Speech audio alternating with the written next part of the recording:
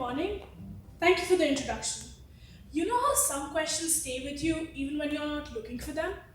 Here's mine. What does it truly mean to stop a war? Not just on paper, but in real life. What does it mean to stop a war when the bombs stop falling and peace still prevails, but people are still left sick, still silent, and still scared? What does it mean to stop a war when the missiles stop falling, but people are still walking through the rubble, still drinking toxic water, and still scared to look up at the sky? In my opinion, peace really never comes, even after war ends. War remains in lungs, in borders, and in memories. So we all might want to stop war, but the truth is that we only end up solving the symptoms of war. That's what I want to talk about today. We need to focus on how even fewer wars can start and how we can solve more than the symptoms of war.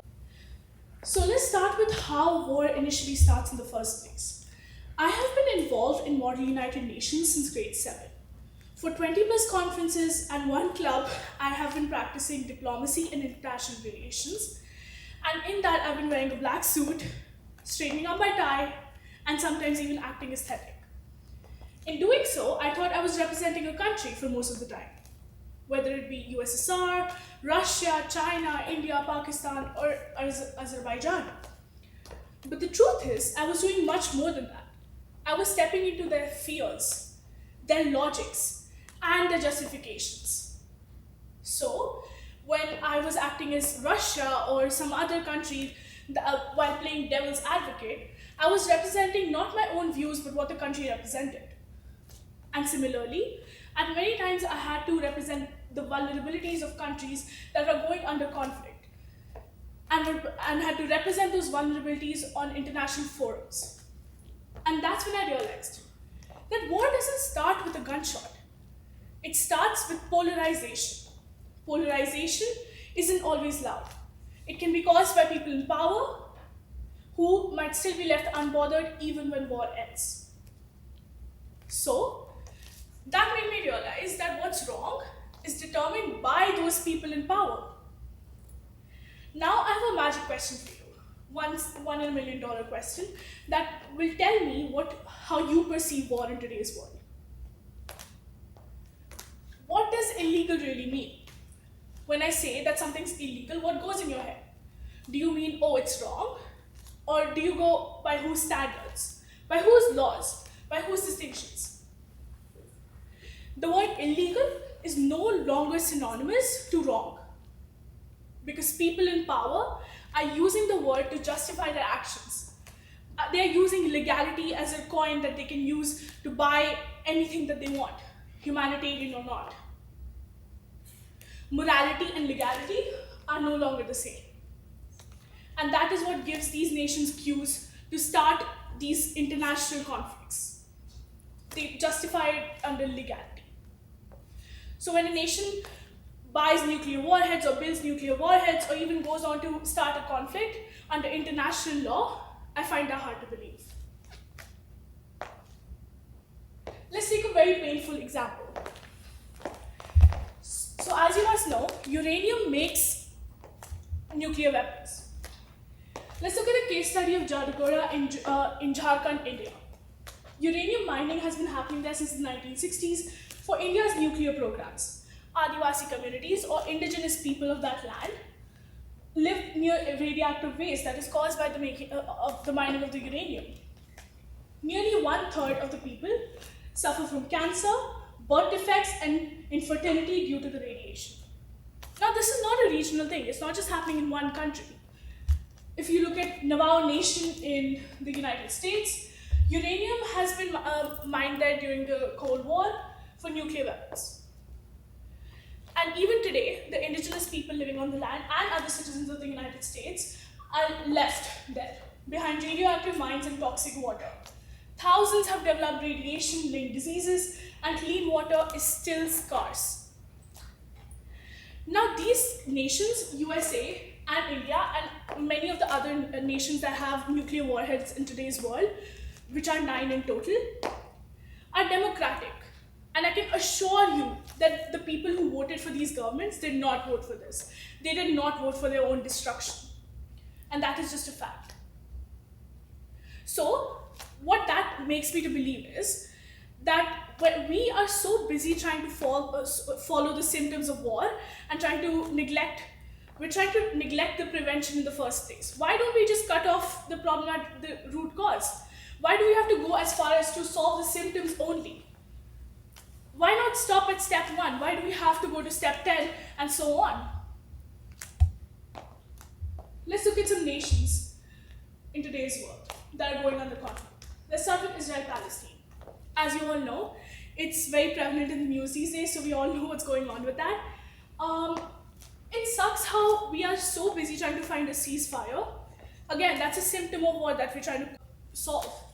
This conflict has been going on for decades and centuries. But again, we only focus on the immediate effect. Of course, it's killing millions and it should stop. But more than that, we need to go to the deep root cause, which is peace. We need to find peace. India-Pakistan. As you guys know, the Kashmir area is also an area of conflict with IOK and POK.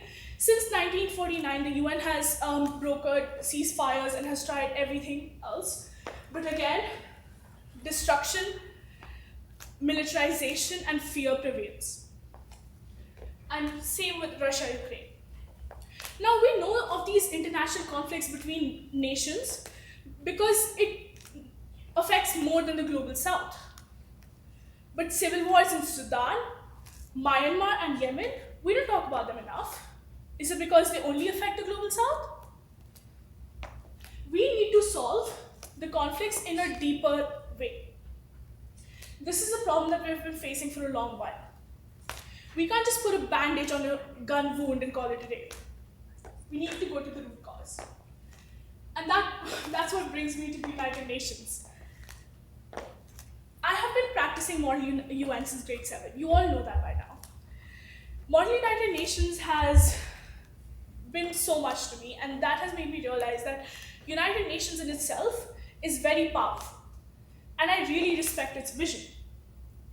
The idea of replacing destruction with diplomacy is great, and it needs to continue for the years to come. At the same time, let's talk about the limitations and successes of United Nations. We're discussing this because now that we have pointed out the problems that we're going through to solve war, we need to look at the solutions that we can offer in the first place. Let's talk about how it saves millions. For example, the World Food Programme feeds 100+ million people annually. WHO has eradicated smallpox and is fighting Ebola and polio. And UNHCR, which is a refugee organization, protects 100 million displaced individuals worldwide. Now, of course, there are also limitations that come with this. If you guys notice a trend, these are humanitarian solutions that we come up with after a conflict has arisen or after a problem has occurred. We are not really doing a good job in the UN to stop things when they start. Let's look at Syria. Since 2011, Russia has used its UN veto over 15 times in the United Nations Security Council. Over 500,000 people have died during the civil war. In Rwanda in 1994, UN has ignored warnings and has withdrew peacekeeper forces, which has led to 800,000 people getting killed in just 100 days. And we all know the famous invasion of Iraq by the United States. The US-led invasion proceeded without UN approval, which resulted in widespread regional destability. This makes me realize the fact that we are not really doing a good job at the UN. I mean, the people at the UN are not doing a very good job at this. And that is because of a very simple fact that I've realized after 20 conferences or so. The UN doesn't act on its own. It's not some person making decisions. It reflects the world's divisions because it's made up of us, of countries, of politics, of power. It only gives us a forum to represent the nations that are there. What that means is 193 countries with different priorities, with different allies, with different goals in the first place, fighting with each other, forming blocs and ruling against each other. And the problem is that the 193 countries are supposed to be equal. But the facts are that 5 nations, which you all might know that are United States, United Kingdom, France, Russia, and China. They have veto powers in the United Nations Security Council, or they are famously known as the P5s. This means that they have more power because they have been known to be powerhouses that have protected nations in the past or have made decisions higher. And of course, the reason is kind of valid. But you know how they say that some people are equal, but some people are more equal than the rest? That's what applies here. And I understand where the P5s come from and what they represent. But the facts are that despite that, they are blocking resolutions in today's world. The UN resolutions that pass in the UNSC must be approved by all 5 nations. One veto and the resolution is scrapped out. And that's problematic. That is not allowing us to execute the solutions that we have to save the world.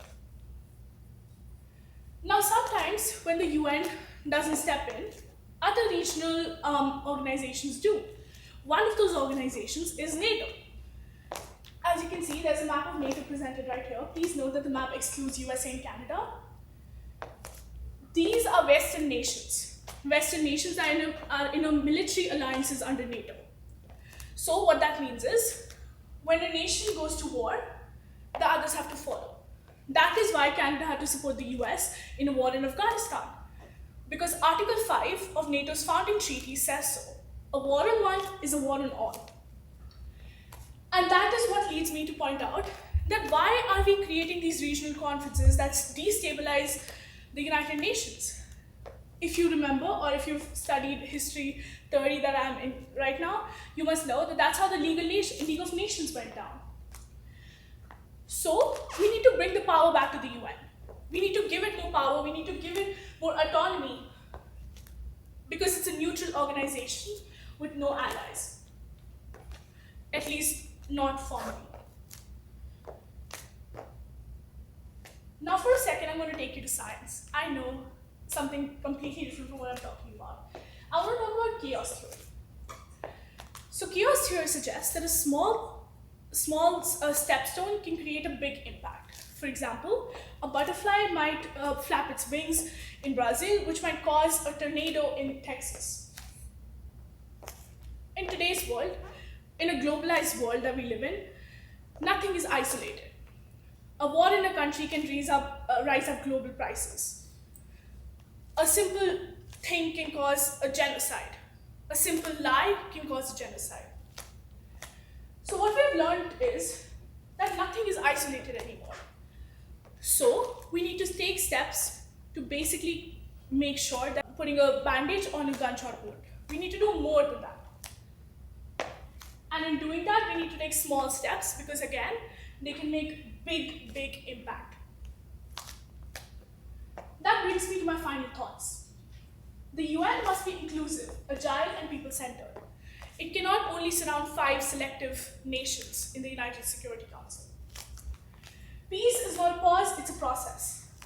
It doesn't end when war ends. A ceasefire, a treaty, maybe some aid doesn't solve problems. We need to go deeper. We need to focus on the global south, even when it doesn't affect the global, even if it doesn't affect the 5 nations that are leading the world right now. Law must serve people, not power. Illegal is not the same as moral, immoral. Real change starts with us, an informed, united public. We should know what legality stands for. We should know what right is, what wrong is, and we can hold our governments accountable. And that's the message I want to leave with you today. I'm Japji Jaura, and this was my message on how to solve more than the symptoms of war. We don't just need a ceasefire, we need to build a better world that we can live in. Thank you so much.